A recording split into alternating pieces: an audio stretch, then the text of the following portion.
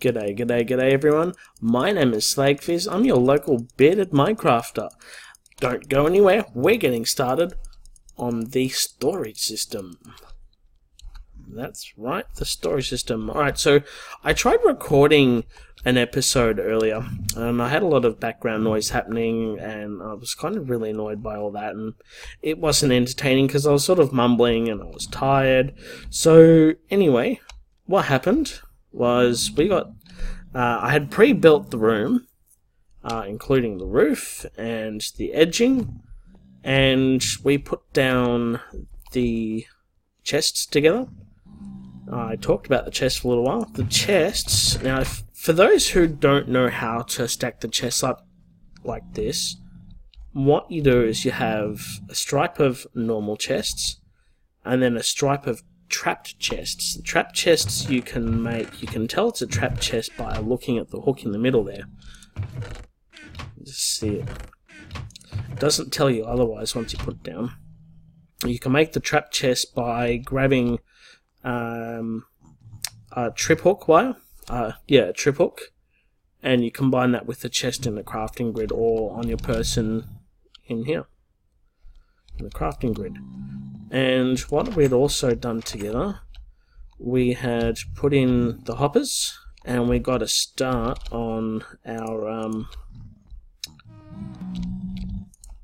we got a start here on the redstone. Now what I have done is I've gone for a tileable silo type system. I don't want too many chests on show, so what I've done is gone with the two chests, as you can see.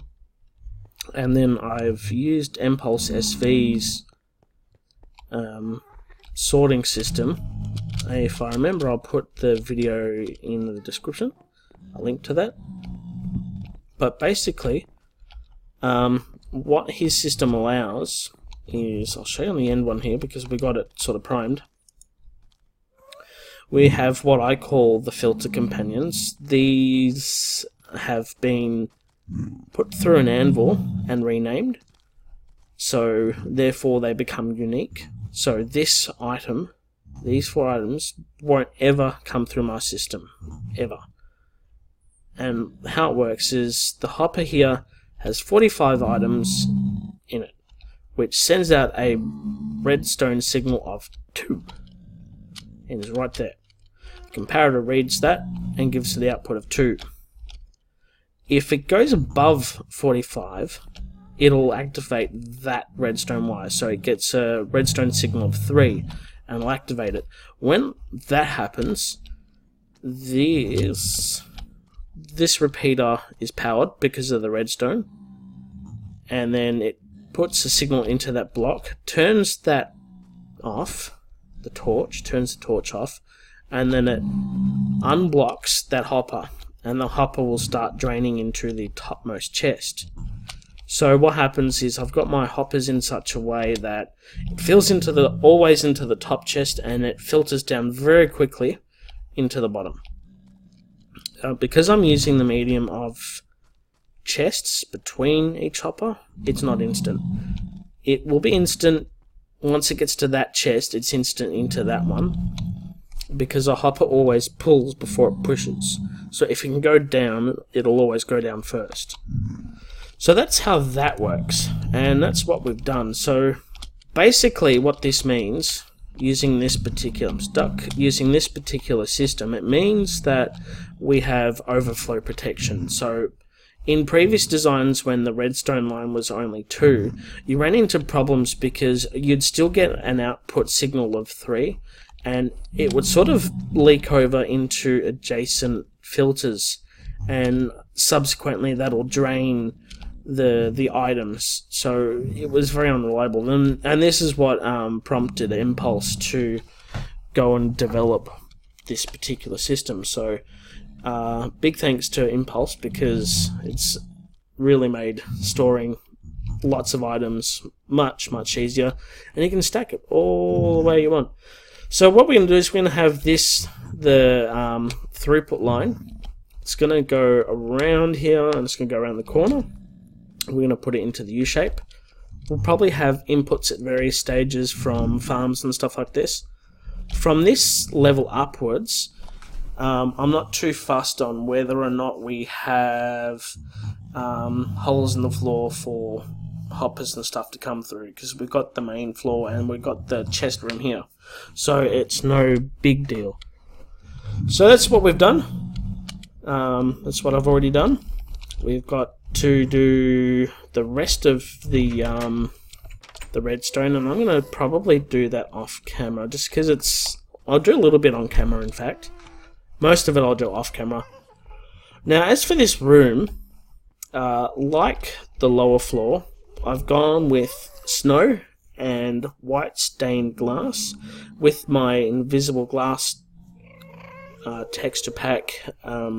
It makes my glass seamless, so it really makes these lanterns pop and sort of makes them almost phased out, like it's not exactly here. It makes the whole room look like it's floating. It's pretty awesome, I must admit. So what we will do next is we're probably going to put up some item frames here, and I'm going to start loading up these chests here, since it's all ready to go, and we'll probably may even finish the rest as we need them. Well, yeah, because we don't have overly too much that we need yet, and we kind of need to get a food source going.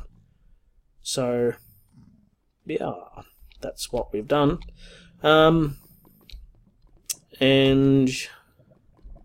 I haven't done anything else really to report back to you guys. So today's episode will finish up some of the storage system, and we might even have a bit of a crack at starting one of the farms. Something else I do want to do is, and I'll probably do it here as well, is having a stronghold room where we can store our some diamonds and all of our valuables. So yeah. And on other news too, Hesor has started on our server an economy system. It's emerald based at the moment because realms don't support mod packs, and so you can sell or buy things with emeralds. And we are starting up a city. We're going to do a city. In fact, we're going to be replicating Stormwind. We're going to be building that in survival. Anyway, I'm going to get started. It's enough blabbing and boring talking at you. It's almost 7 minutes worth. I'll get back to you. So I thought we'd do things a bit differently, because we've had a few episodes now where I'm just sitting around at base watching me do my stuff and things. So I thought I'd bring us to this part of our server. Now, this part of our server is a city, so our portal has... I'll come back around and show you. I should have done it first. It has our main colours of our main players on the server.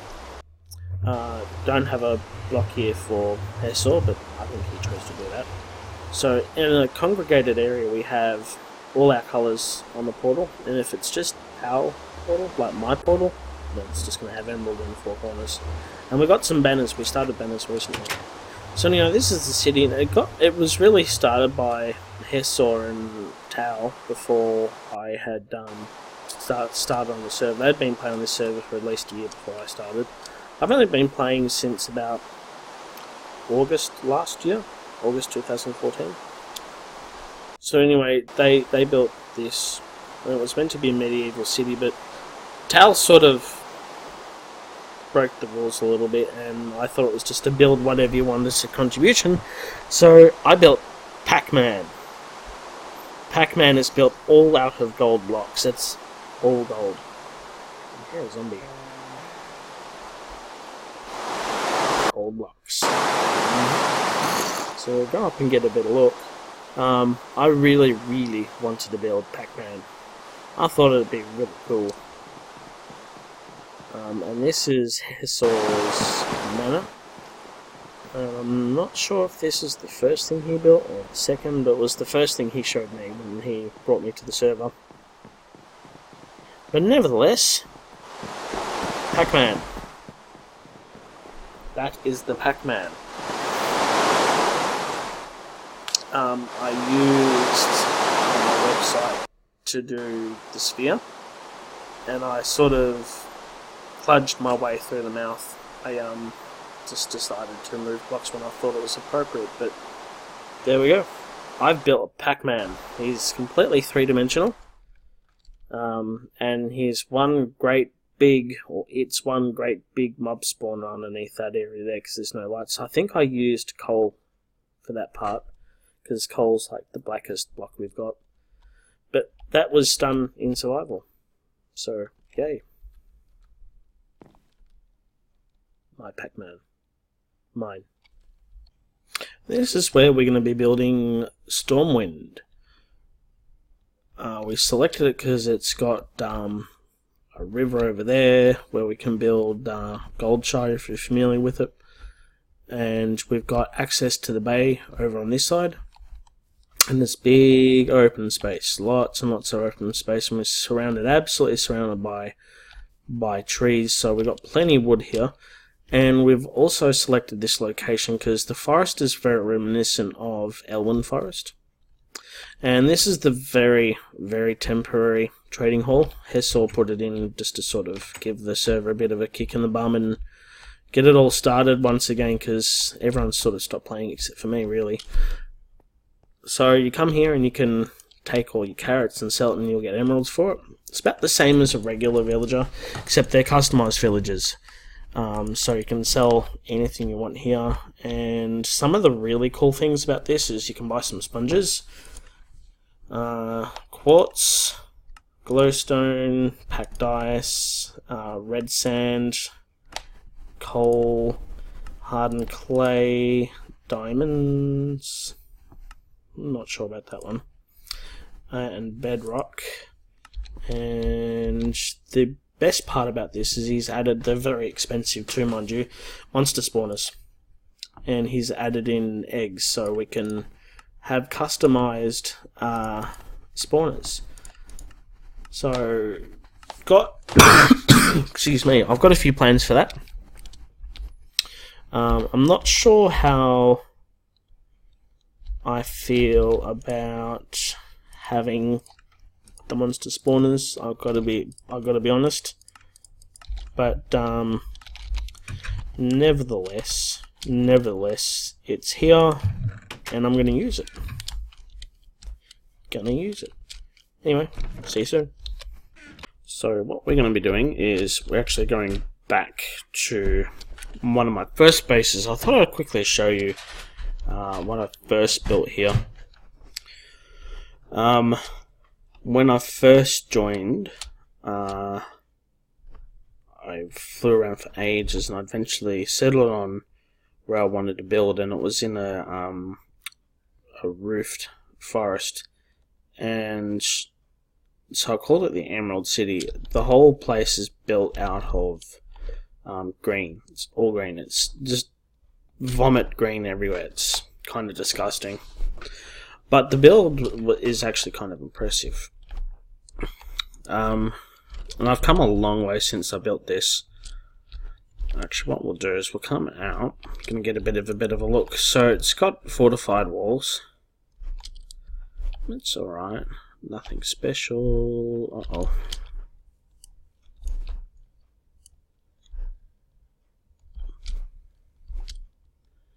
So we've got a moat. A cactus moat, because why not? Why not? It's actually kind of really cool. I like that. That was a really cool feature. That was something I came up with at the very end. But this is it.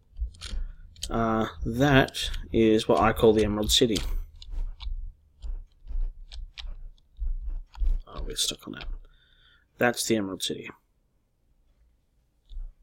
Kind of neat. So I might do something with it in the future. Not quite sure yet. That white thing there, that's end stone, and it is my enchanting room. And I've got my bed chamber up in the top floor. We'll grab a look at that in a minute. And I designed it to house pretty much everything and anything I'd need. I had no idea what I was doing. And I don't think I'd build anything like this again. especially how the materials that are used. But it's not too bad. I think the inside could definitely do with improvements. That's for sure. For sure. And that's how I got on my wall. These guys. And I've used dark oak everywhere because this whole area was just covered in dark oak. In fact, this part here was not. This whole area was not flat. It was sort of like this valley hill thing. And originally, my idea was to build just a tower, and it became much more than that very, very quickly. And this was my first furnace array. It's okay. It's nothing special. And the floors are just that whole base. Quickly run up, and I'll show you that.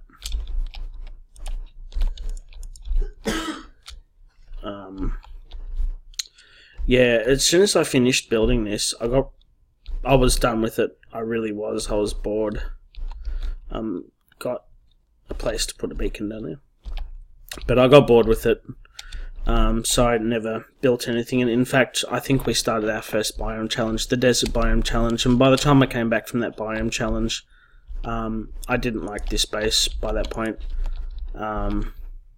And I've never come back to it since. I think the one thing I did build here was my the Mumbo Jumbo tree farm. So this is the bedroom. I've got more endstone here. That became a bit of a theme for the desert base. I'll show you the desert base at some point in time, but it's got the same roof on my base over there. Ooh, this is kind of freaky with this glass back. So this is nothing special in here. I've got some bits and pieces to enchant with and the enchanting table.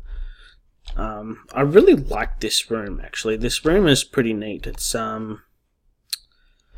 don't know, it doesn't conform to regular building standards, I guess. So it's pretty neat. And I built this all just freehand. I had an idea in my head and I went with this and see how I went, and I built a map. I think this is just 4 maps, or it's 1 map, I can't remember. I think it's just 1, but nothing special. So that's the base. Now grab some of these, some more plunk. Alright, so the one thing I did build here was the Mumbo Jumbo tree farm, because after the desert biome challenge, I wanted a tree farm, and I was thinking I might start building here again. So I thought I'll build it here, and I never wound up wanting to use this space. So I only come back here for this farm, and I'm probably going to build this in the nether. Pretty sure I'm going to build this in our nether base, in an additional floor somewhere. So yeah, this is the only reason I come back here is for this. And if I have a replacement, I probably won't ever come back here. So anyway, I'm going to get started on growing me some trees, and I'll catch you back in a minute for another update. Thought while I was at my base, I'd show you guys what my first mine looked like, and I wound up sort of caving my way down here, and I built a minecart rail track to this location. But it's really quite embarrassing, really. But I thought I'll share you what it was like anyway. So we're down on y equals 9. I could probably, if I was smart, I could have found quite a few diamonds, but while I was here, I never found one single diamond. I don't think I've ever found one diamond. And this was about as complicated as my mine got. Really embarrassing. I don't know what I was thinking. I really don't. So let me know. What was your first mine like? Was it really embarrassing, or did you actually do your research? I didn't. Did you? Alrighty guys, that'll just about do us. We sort of run out of time, but My apologies for not getting as much done on camera as I intended to, but the episode's been a little bit different. I've showed you a few different things, so thanks for sticking around, thanks for watching. Don't forget to subscribe and share the video. Thank you very much. My name is Slakefish. I'm your local bearded Minecrafter. Cheerio.